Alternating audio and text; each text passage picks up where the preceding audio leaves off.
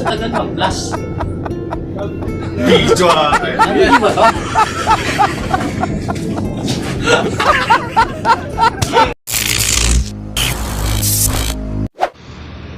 So continuation ng aming gawa dito sa merge.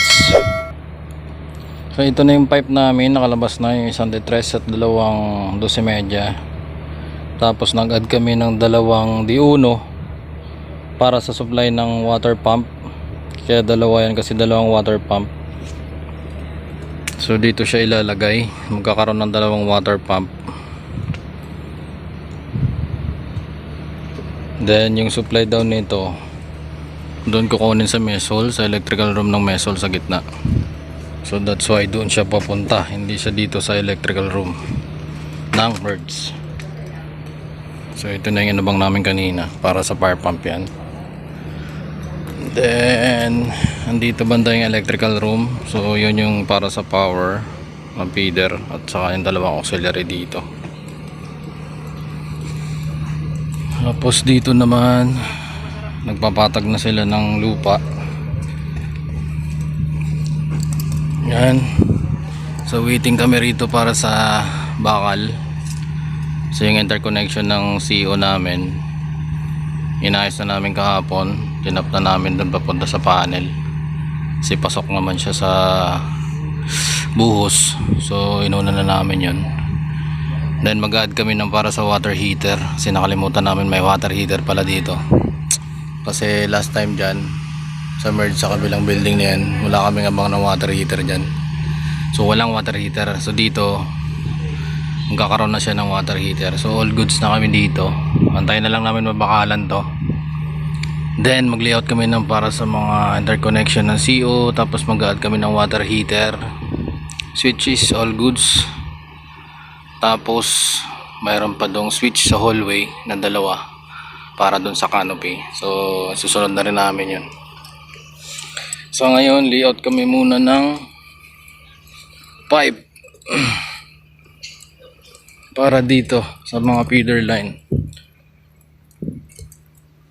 So continue namin to, dugtungan namin ng pipe, then backfill, tapos lagyan na naman namin yan harang para dito na naman ulit papasok dito kasi may manual dito. May abang na kami rito ng pipe para sa electrical at auxiliary.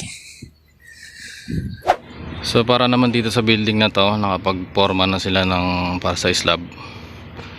So anytime soon makapaglagay na rin kami ng mga junction box dyan para sa lightings saka mga auxiliary. Doon sa kabila hindi pa kami makapag lagay ng mga utility box kasi nakita nyo naman wala pang asintada yon. So waiting pa rin kami doon. Then waiting din kami rito para sa layout ng lightings. So yan yung itsura sa ibabaw. Kukulang na lang sila ng mga tukod. Naantay na lang namin ma-prepare nila yung mga tukod sa ilalim para pwede na kaming umapak dyan. Ilalagay na kami ng mga junction boxes at abang ng mga CO at saka auxiliary. So dito ongoing yung plastering, then nagpoporma na rin sila ng para sa poste.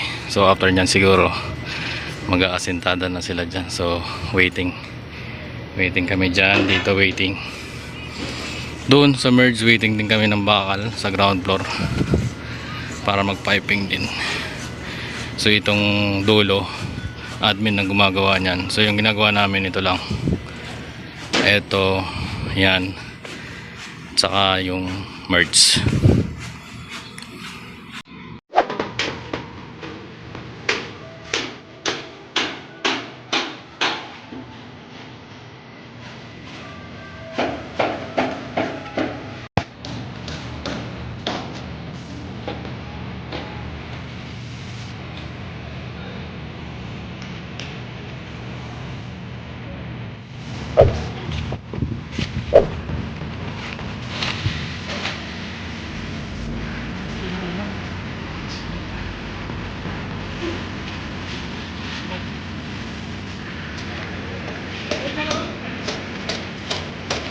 Oo.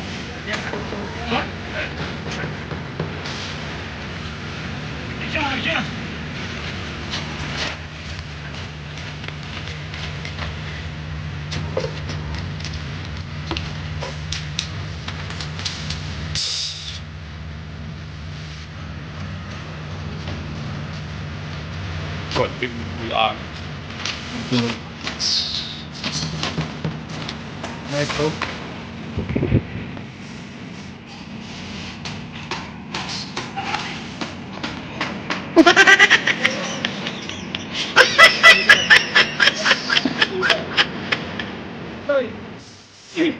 May papasok ka kayo dito? Ano? Wala na po, okay na po yan, opo.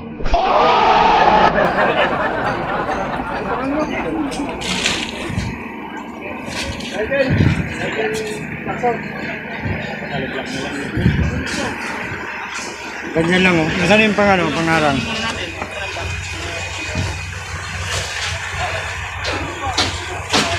Babago na lang natin ito. Ito. Ano na lang po? Kato pa yan? Ha? Ayan, dyan lang. Dyan lang. Okay, okay na yan. Dyan lang, para lumabas yung isa.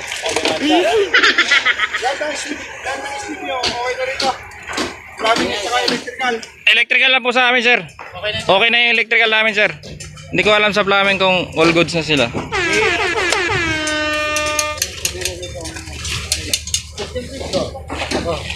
Langin yan. Nat. Tanong mo muna. So all goods na kami, nakapag-layout na kami ng mga pipe. So magbabackfill na kami ngayon. Lagyan na namin ng buhangin. Tapos papatagin na namin to para madaanan na rito.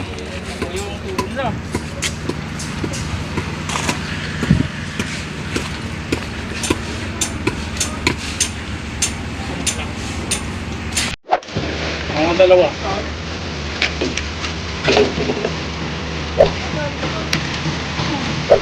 Ano ba lang?